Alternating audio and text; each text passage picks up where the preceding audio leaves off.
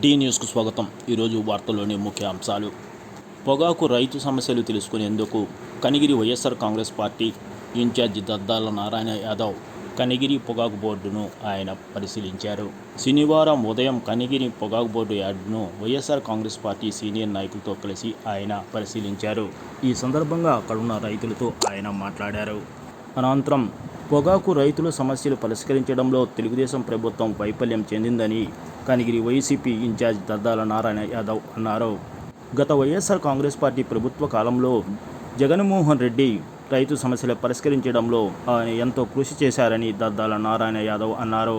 ఈ కార్యక్రమంలో Kanigiri municipal chairman Sheikh Abdul Ghaffar, Kanigiri మండల పరిషత్ అధ్యక్షుడు డి ప్రకాశం, కనిగిరి జెడ్పీటీసీ మడతల కస్తూర్ రెడ్డి, మాజీ ఎంపీపీ గాయం బలరాం రెడ్డి, వైఎస్ఆర్ కాంగ్రెస్ పార్టీ అధికార ప్రతినిధి జి ఆదినారాయణ రెడ్డి, వైఎస్ఆర్ కాంగ్రెస్ పార్టీ రాష్ట్ర దళిత సంఘం విభాగం రాష్ట్ర కార్యదర్శి కటికల వెంకటరత్నం తదితరులు ఈ కార్యక్రమంలో పాల్గొన్నారు.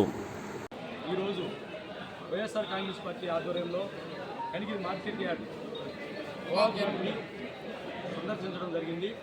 ఈరోజు ఇక్కడ బిడ్డు ఆక్షన్స్ జరుగుతున్నాయి. ఈ ఆక్షన్స్లో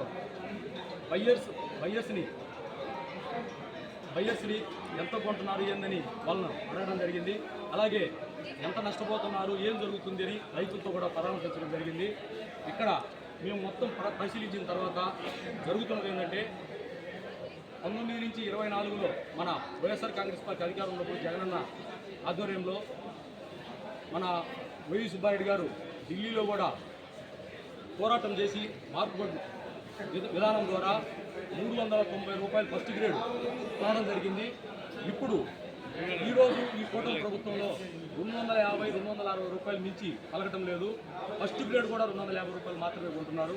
దీనివలన రైతులు చాలా నష్టపోయి ఒక ఎకరాకు వాళ్ళకి అయ్యేటువంటి ఖర్చు కన్నా కూడా దాదాపు 30% నష్టపోతున్నారు. ఆదాయం సంగతి పక్కన పెడితే అసలు లేక కూడా వాళ్ళు పెట్టుబడి కూడా రాని పరిస్థితి ఉంది.